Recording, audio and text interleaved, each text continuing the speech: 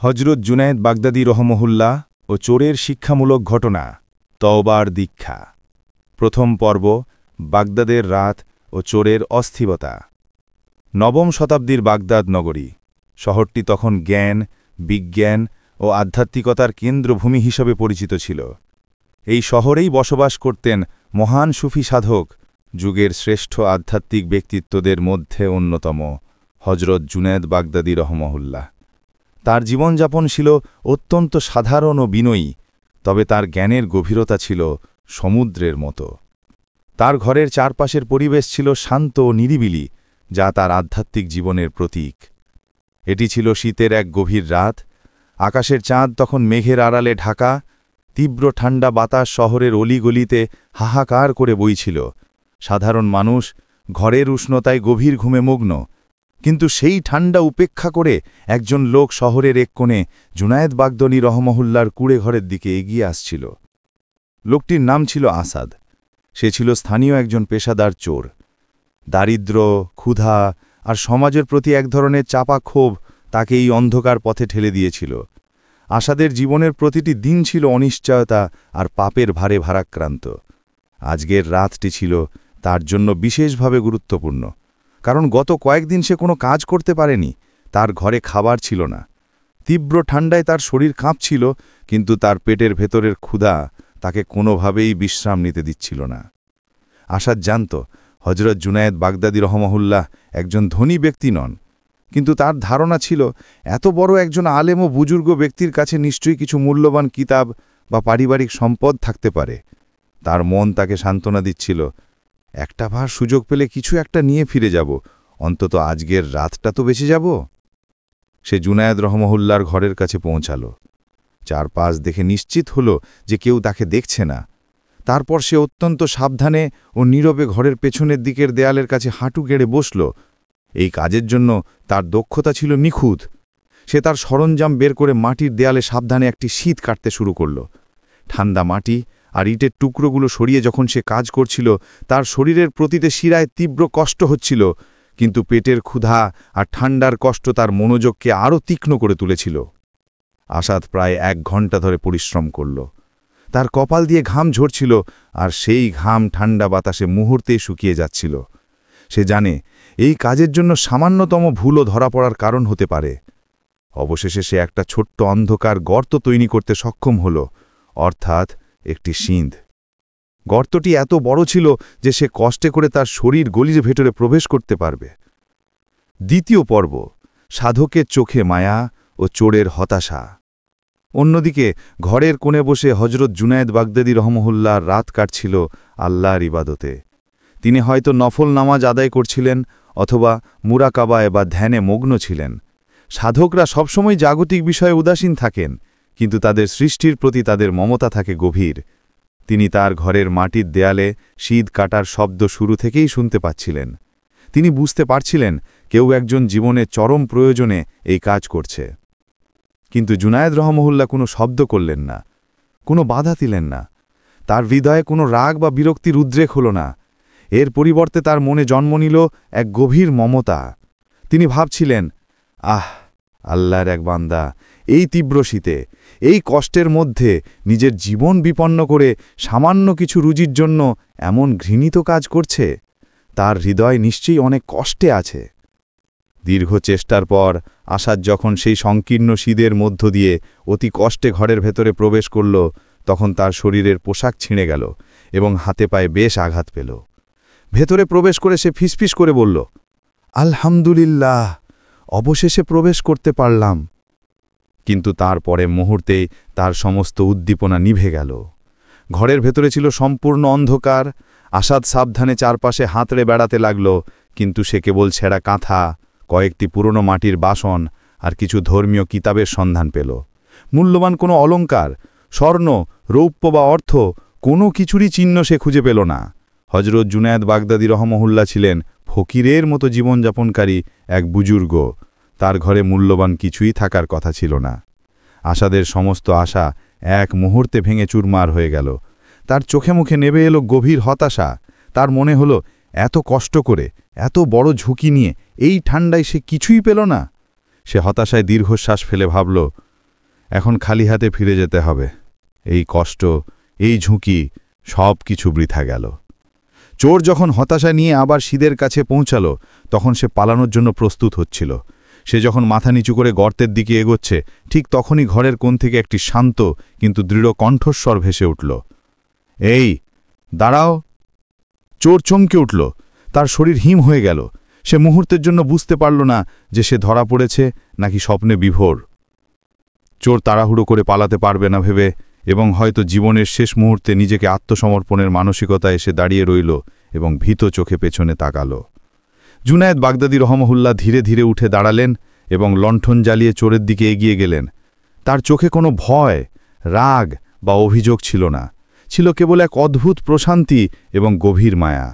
তার শান্ত দৃষ্টি চোরের হৃদয়ের গভীরে আঘাত হানল। চোর যেন প্রথমবার এমন এক মানুষের মুখোমুখি হল যার দৃষ্টিতে শুধু ক্ষমা আর ভালোবাসা। জুনায়েদ রহমহুল্লাহ তার কাছে এসে বললেন, খালি হাতে ফেরত যাচ্ছ কেন? এত কষ্ট করে ঘরে ঢুকলে আর কিছুই নেবে না? চোর আসাদ বিস্ময়ে হতবাক হয়ে গেল। সে এমন আচরণ আশা করেনি। সে ভেবেছিল হয়তো প্রহার, চিৎকার বা পুলিশকে ডাকার হুলকি শুনতে হবে। কিন্তু এই সাধক যেন তাকে চোর হিসাবে নয়, বরং একজন অতিথি হিসাবে দেখছেন। আসাদ কাঁপতে কাঁপতে বলল, নেবার মতো কিছুই খুঁজে পাইনি হুজুর, আপনার ঘরে তো কিছুই নেই। জুনায়েদ রহমহুল্লাহ মৃদু হাসলেন, যা আসাদের হৃদয়ে এক নতুন অনুভূতি জাগিয়ে তুলল। তিনি বললেন, তুমি দাঁড়াও, আমি খুঁজে দিচ্ছি। একজন মেহমান আমার ঘরে এলো আর তাকে আমি খালি হাতে ফেরত দেব? এটা হতে পারে না। এই বলে তিনি ঘরের ভেতরে গেলেন এবং কিছুক্ষণ পর মাটির তৈরি একটা পুরনো সাধারণ পাত্র হাতে করে ফিরে এলেন। পাত্রটি হয়তো কয়েক দিরহামের বেশি মূল্যবান হবে না, কিন্তু জুনায়েদ রহমহুল্লার দৃষ্টিতে এর মূল্য ছিল অসীম। তিনি সেই পাত্র আসাদের হাতে তুলে দিয়ে বললেন, এটাই নিয়ে যাও। চোর আসাদ পাত্রটি হাতে নিয়ে আরও বিস্মিত হল এবং বলল, এটা দিয়ে আমি কি করব হুজুর? এর তো কোনো দাম নেই। জুনায়েদ রহমহুল্লাহ মৃদু হেসে বললেন, আমি যা করি তুমি তাই করবে। এই পাত্র তোমাকে আল্লাহর দরবারে নিয়ে যাবে। লোকটি তখন করুণ ভায়া বলল, হুজুর, আমি তো নামাজ পড়া জানি না, সারা জীবন তো শুধু খারাপ কাজই করেছি। জুনায়েদ রহমহুল্লাহ তখন তাকে নামাজ শেখানোর জন্য প্রস্তুত হলেন। তিনি জায়নামাজ বিছলেন এবং লোকটিকে পাশে দাঁড় করালেন। তিনি তাকে নামাজের নিয়ম, রুকু, সিজদা এবং সালামের পদ্ধতি ধাপে ধাপে শেখালেন। চোর আসাদ তখন আর চোর ছিল না, সে তখন ছিল এক জিজ্ঞাসু মুমিন যে আল্লাহর পথে ফিরে আসার জন্য উদ্গ্রীব। জুনায়েদ রহমহুল্লাহ যখন নামাজে দাঁড়ালেন, আসাদও তার পাশে দাঁড়াল। আসাদকে তিনি শিখিয়ে দিলেন যে এই নামাজ শুধু শারীরিক অনুশীলন নয়, এটি হলো বান্দা ও আল্লাহর মধ্যে এক গোপন কথোপকথন। রুকুর অর্থ হল বিনয় অবনত হওয়া, আর সিজদার অর্থ হল আল্লাহর সামনে নিজেকে সম্পূর্ণ বিলীন করে দেওয়া, যেন পৃথিবীর সব কিছু থেকে নিজেকে বিচ্ছিন্ন করে কেবল আল্লাহর পায়ে সিজদা করা। যখন তারা নামাজ শেষ করল, আসাদের হৃদয়ে এক অভূতপূর্ব শান্তি নেমে এলো। তার চোখে জল ভরে গেল, যা সারা জীবনের অনুশোচনা ও অনুতাপের প্রতীক। জুনায়েদ বাগদাদী রহমহুল্লাহ অভিতক কঞ্চে সে দোয়া করলেন, হে আল্লাহ, এই বান্দা তোমার কাছে এসেছে, সে তোমার পথে ফিরে আসতে চায়। আমি একজন দুর্বল বান্দা, আমার ক্ষমতা খুবই সীমিত। আমি তাকে কেবল অজু শেখাতে পারলাম, তাকে জায়নামাজে দাঁড় করাতে পারলাম। আমার এইটুকুই ক্ষমতা ছিল, আমার ক্ষমতা এখানেই শেষ। তার কণ্ঠ তখন কেঁপে উঠল। সে পাপী বান্দাকে দেখি আল্লাহর কাছে ফরিয়াদ করলেন, হে আমার মালিক, এই বান্দার মনের ওপর আমার কোনো ক্ষমতা নেই, তাকে পাপ কাজ থেকে বিরত রাখার শক্তি আমার নেই। তার অতীতের ভুলগুলোকে মুছে দিয়ে তাকে পরিশুদ্ধ করার কোনো ক্ষমতা আমার হাতে নেই। এরপর জুনায়েদ বাগদাদী রহমহুল্লাহ আল্লাহর অসীম ক্ষমতা, অসীম দয়া আর ভালোবাসার কথা স্মরণ করিয়ে দিলেন। তিনি জানতেন, মানুষ মানুষকে কেবল পথ দেখাতে পারে, কিন্তু হৃদয়ের পরিবর্তন কেবল আল্লাহই করতে পারেন। এই শিক্ষা আমাদের শেখায় যে দাওয়াহ বা প্রচারের কাজ করার পর ফলাফলের জন্য সম্পূর্ণভাবে আল্লাহর উপর ভরসা করতে হয়। এটাই হলো তাওয়াক্কুল। আসাদ সেদিনই হযরত জুনায়েদ বাগদাদী রহমহুল্লাহর হাতে তওবা করে তার শিষ্যত্ব গ্রহণ করলেন। চোর আসাদ পরিণত হল একজন ইবাদতকারী মান্দায়, যিনি বাকি জীবন আল্লাহর পথে কাটিয়ে দিলেন। এই ঘটনা আমাদের জন্য এক গভীর শিক্ষামূলক বার্তা বহন করে। ১. হেদায়েত ও দয়ার হাত। জুনায়েদ বাগদাদী রহমহুল্লাহ প্রমাণ করলেন যে একজন সত্যিকারের আধ্যাত্মিক নেতা বা মুর্শিদের কাজ হল কোনো পাপীকে বিচার করা নয়, বরং তাকে মমতা ও ভালোবাসার হাত ধরে হেদায়েতের পথে নিয়ে আসা। তিনি আসাদের চুরির কাজকে নয়, বরং তার ভেতরের আত্মাকে দেখতে পেয়েছিলেন। তিনি কঠোরতা বা নিন্দা না করে ব্যবহার করেছিলেন দয়ার অস্ত্র। তিনি পাপীকে নয়, পাপকে ঘৃণা করতে শিখিয়েছিলেন। 2. তওবার সহজতা। আসাদের ঘটনা প্রমাণ করে যে বিশাল বড় ভুল করে ক্ষমা লাভের জন্য 7 সমুদ্র পাড়ি দেওয়ার দরকার নেই, বরং স্রষ্টার কাছে কায়মনোবাক্যে প্রার্থনা এবং চোখের কয়েক ফোঁটা পানি যথেষ্ট। আল্লাহর দরজা সব সময় খোলা থাকে। যখনই কোনো বান্দা আন্তরিকতার সাথে তওবা করে, আল্লাহ তাকে ক্ষমা করে দেন। এই তওবা বা অনুশোচনা হল বান্দা ও আল্লাহর মধ্যেকার সবচেয়ে দ্রুততম পথ। 3. আমলের গুরুত্ব। জুনায়েদ রহিমাহুল্লাহ আসাদকে কোনো মূল্যবান সম্পদ না দিয়েছিলেন মাটির পাত্র, যা অজুর প্রতীক। তিনি বোঝালেন, পৃথিবীর কোনো সম্পদ নয়, বরং অজু ও সালাতের মতো আমলই মানুষের জীবনে প্রকৃত মূল্য এনে দিতে পারে। নামাজই হল দ্বীন ইসলামের ভিত্তি, যা মানুষকে পাপ কাজ থেকে দূরে রাখে। 4. আল্লাহর অসীম কুদরত। জুনায়েদ রহিমাহুল্লাহ তার দোয়ায় নিজের ক্ষমতাকে স্বীকার করে আল্লাহর অসীম ক্ষমতা কুদরতকে স্মরণ করলেন। তিনি জানতেন, মানুষ মানুষকে কেবল পথ দেখাতে পারে, কিন্তু হৃদয়ের পরিবর্তন কেবল আল্লাহই করতে পারেন।